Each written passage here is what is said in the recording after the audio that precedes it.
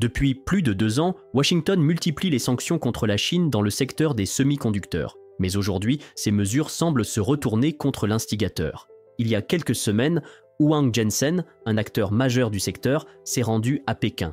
Une visite qui ressemble à un aveu. Il sait que la partie est peut-être déjà perdue. Surtout si les échanges commerciaux avec la Chine venaient à s'arrêter.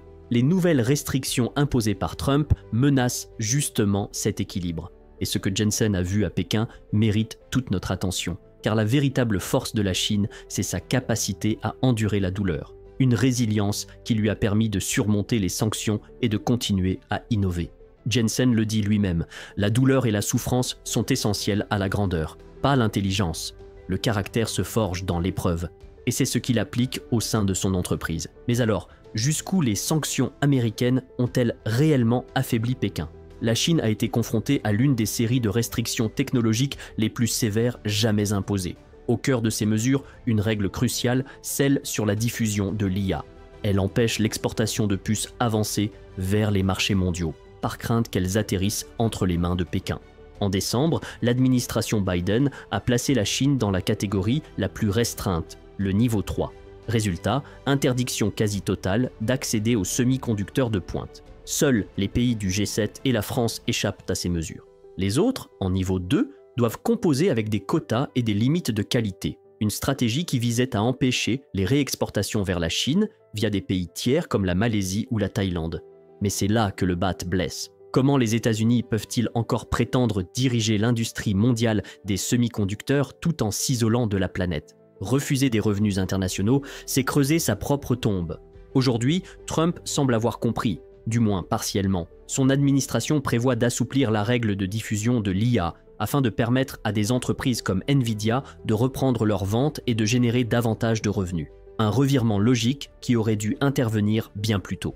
Mais Washington ne renonce pas complètement. Les pays accusés d'avoir détourné des puces vers la Chine sont toujours dans le collimateur. Des nations comme la Malaisie ou la Thaïlande pourraient être ciblées. Et c'est là l'erreur stratégique. En maintenant un monde fragmenté, en punissant Pékin, les États-Unis ferment de grands marchés, qui finiront inévitablement par se tourner vers la Chine. Que Trump soit obligé de revenir sur les décisions de Biden en dit long. Cette guerre des puces n'est tout simplement pas tenable. Et puis, il y a une vérité que peu osent affronter. Même si la Chine obtient les puces, cela ne devrait pas être un problème. Si l'innovation américaine est si puissante, alors il faut vendre au monde entier, quels que soient les risques. Dans tout cet écosystème technologique, une seule entreprise semble avoir compris l'essentiel, Nvidia. Mépriser l'innovation chinoise, c'est s'exposer à un nouveau choc Sputnik, mais cette fois dans le domaine de l'intelligence artificielle. L'intelligence artificielle mondiale se structure autour de normes, et l'objectif pour Nvidia, c'est de faire en sorte que ces normes restent américaines. C'est une course pour imposer son standard au reste du monde. Et si les États-Unis quittent certains marchés, quelqu'un d'autre prendra leur place. Et ce quelqu'un, c'est peut-être Huawei, un géant redoutable, l'un des plus avancés au monde. Si Nvidia se retire, Huawei entre en scène. Le raisonnement est clair. Pour que la technologie américaine s'impose, elle doit rester présente partout. Abandonner un marché, c'est laisser l'IA mondiale se construire sur les fondations de la Chine. Et il ne faut pas oublier l'évidence. Le marché chinois est colossal. C'est justement parce que la Chine est un marché gigantesque que le risque est encore plus grand. Si les États-Unis ne s'y ancrent pas maintenant, la Chine vendra bientôt ses propres puces au monde entier, comme elle l'a déjà fait dans le secteur des véhicules électriques. On a souvent tendance à résumer la puissance chinoise à deux choses, une main-d'œuvre bon marché et un excédent commercial massif. Ces deux éléments existent, bien sûr, mais la réalité va bien plus loin. Pékin s'est lancé dans une mission ambitieuse, maîtriser toute la chaîne de valeur des semi-conducteurs, de la conception à la fabrication, jusqu'aux machines de lithographie. Huawei est sur tous les radars, mais derrière lui, une armée d'entreprises travaille dans l'ombre. De l'étape de la gravure à l'assemblage, tout l'écosystème technologique chinois devient progressivement autosuffisant. Et les sanctions américaines, elles ne fonctionnent pas. Posez-vous une question simple. Si la Russie a réussi à vendre son pétrole malgré les sanctions, pensez-vous vraiment que la Chine ne pourra pas se procurer des puces d'IA si elle le souhaite ? Le monde regorge d'intermédiaires prêts à combler cette faille, un peu comme l'Inde qui a acheté du pétrole russe, l'a transformé, puis revendu à l'Union européenne. D'ailleurs, selon McKinsey, les contrôles américains n'ont pas réduit les exportations de puces vers la Chine.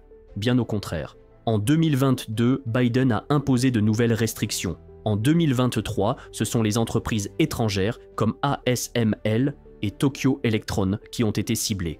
Plus question pour elles de vendre des équipements avancés à la Chine. Et pourtant, les chiffres sont là.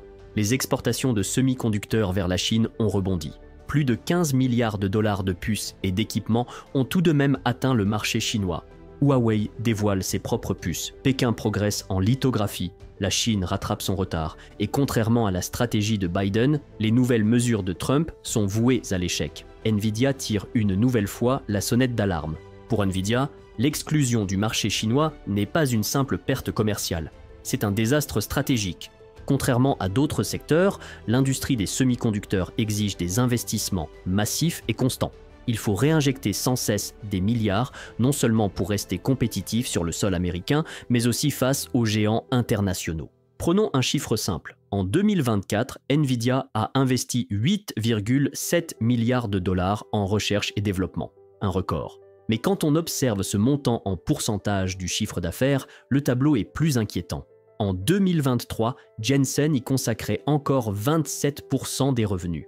En 2024, ce taux est tombé à 14%. Et le coup de grâce, un amortissement de 5 milliards de dollars directement lié aux nouvelles restrictions imposées par Trump. Résultat, Nvidia fonce droit vers une crise. Le géant californien fait face à un sérieux problème de revenus. Et s'il ne parvient pas à vendre librement ses produits au monde, la Chine finira par rattraper son retard. Même si la recherche chinoise est encore moins performante, elle est bien plus abordable. Le savoir-faire ne manque pas. L'expertise est bien là, et Jensen insiste. La Chine n'est pas un marché secondaire. C'est le plus gros consommateur de semi-conducteurs au monde. Privés de ce marché, les États-Unis laissent le champ libre aux acteurs locaux. Lorsque les États-Unis ont limité leurs exportations vers la Chine, le marché laissé derrière eux représentait 50 milliards de dollars. 50 milliards. Pour vous donner une idée, c'est l'équivalent de la valeur entière de l'entreprise Boeing. Pas d'un avion, de toute l'entreprise. Jensen est catégorique. Ignorer la Chine, c'est renoncer à des recettes fiscales, à des emplois et à une avancée technologique majeure. Et ce n'est pas qu'une question d'argent, c'est aussi une perte d'expérience utilisateur, car c'est dans l'interaction avec le client que les entreprises apprennent, s'améliorent et innovent. Le marché chinois de l'IA atteindra sans doute 50 milliards de dollars dans 2 ou 3 ans. Et si les États-Unis ne s'y positionnent pas, ils laisseront le champ libre à leurs concurrents. Aujourd'hui, la guerre des puces s'effondre en temps réel. Les restrictions de Trump ne sont qu'un demi-tour stratégique, un compromis bancal. Mais attention, à tout moment, il pourrait revenir à une politique plus dure. Un revirement brutal n'est pas à exclure. Dans ce contexte d'instabilité, c'est la Chine qui pourrait hériter du futur du marché mondial. Et cela ne se jouera pas demain, ni l'année prochaine. Mais d'ici 5 ans, si rien ne change, les puces occidentales seront hors jeu. Mais ce déséquilibre ne touche pas que les semi-conducteurs. Il y a une autre leçon tout aussi brutale pour les multinationales. Ne jamais dépendre d'un seul marché, surtout pas du marché américain. Et aujourd'hui, c'est Toyota qui en fait les frais. Le géant japonais vient d'annoncer une perte de 1,3 milliard de dollars sur ses résultats, soit 180 milliards de yens évaporés en seulement 2 mois. En cause, les nouvelles taxes imposées par Trump. Résultat immédiat, ses prévisions s'effondrent, le bénéfice d'exploitation attendu chute à 3,8 trillions de yens, loin des 4,7 trillions espérés. Depuis des années, les constructeurs japonais s'appuyaient sur le marché américain. Ce dernier leur offrait un avantage, vendre des voitures plus chères, plus facilement. Mais aujourd'hui, ce même marché est devenu un piège, car avec les tarifs douaniers massifs sur les véhicules chinois, parfois supérieurs à 200%, le prix des véhicules explose. Et dès que des tarifs frappent les importations, tout l'équilibre s'effondre. Le message de Washington est clair, forcer les entreprises étrangères à rapatrier leur production aux États-Unis. Mais cela peut-il vraiment fonctionner ? Même les entreprises américaines sont en train de vaciller. Ford, par exemple, retire ses prévisions financières pour l'année. L'incertitude est totale. Ce qui est sûr, en revanche, c'est que Ford encaisse une perte de 1,5 milliard de dollars à cause des nouvelles taxes. Et ce n'est pas fini. Même si certains tarifs sur les pièces détachées ont été suspendus, les taxes sur l'acier et l'aluminium, elles, restent actives. Résultat, aucun répit pour les fabricants, même ceux installés sur le sol américain. Les conséquences ne s'arrêtent pas là. Malgré un allègement partiel des taxes, le marché automobile américain continue de s'effondrer.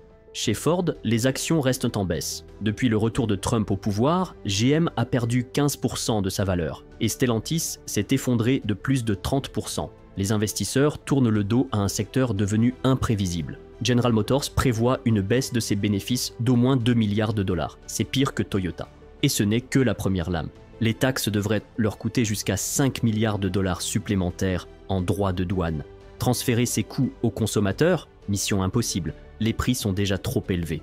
Il faudra encore baisser les marges, peut-être même vendre à perte. Trump est déterminé à ramener la production aux États-Unis. Il a peut-être levé certains tarifs sur les pièces détachées, mais la taxe de 25% sur les véhicules importés, elle, est toujours là. Et il ne compte pas la retirer. Selon lui, c'est une réponse logique. Après tout, dit-il, les autres pays nous ont fait la même chose. L'Europe, la Chine, le Japon, tous imposaient déjà leurs propres barrières tarifaires. Les États-Unis ne faisaient que subir. Mais le Japon, lui, fait face à un autre problème, la chute du dollar. Depuis février, le billet vert a perdu au moins 8%. Dans le même temps, les devises asiatiques et surtout le yen ont gagné en valeur. Alors que se passe-t-il si Toyota décide de relocaliser sa production aux États-Unis pour vendre uniquement aux consommateurs américains ? Ce n'est plus seulement une question de coûts ou d'investissements initiaux. Il faut maintenant gérer un nouveau risque monétaire. Et c'est là que tout se complique. Si Toyota gagne en dollars sur le sol américain, mais doit rembourser ses dettes en yens au Japon, alors chaque dollar affaibli signifie moins de revenus une fois converti. C'est un véritable casse-tête pour les dirigeants, et c'est sans compter sur la fragilité persistante du consommateur américain. S'il dépense moins, vous gagnez moins. Et en plus, vous êtes coincé sur un seul marché avec des coûts de production toujours plus élevés. Impossible d'exporter ailleurs. Dans ce contexte, la chute du dollar devient le coup de grâce. Vos bénéfices restent bloqués aux États-Unis. Vous hésitez à les rapatrier. Trop risqué, trop coûteux. Alors oui, Trump peut bien exiger que le monde relocalise ses usines en Amérique. Mais la réalité est tout autre. Le consommateur américain n'est pas infaillible. Le pari est risqué, très risqué. Et malgré les tarifs douaniers, construire une nouvelle usine aux États-Unis reste une décision extrêmement incertaine. Et vous, qu'en pensez-vous ? Est-ce que les États-Unis vont vraiment lever les sanctions contre la Chine ? Les constructeurs automobiles vont-ils rapatrier leur production à tout prix ? Dites-le nous en commentaire. Abonnez-vous pour ne rien rater de l'actualité géopolitique et surtout, n'oubliez pas de liker la vidéo. On se retrouve très bientôt pour décrypter ensemble les enjeux du monde de demain.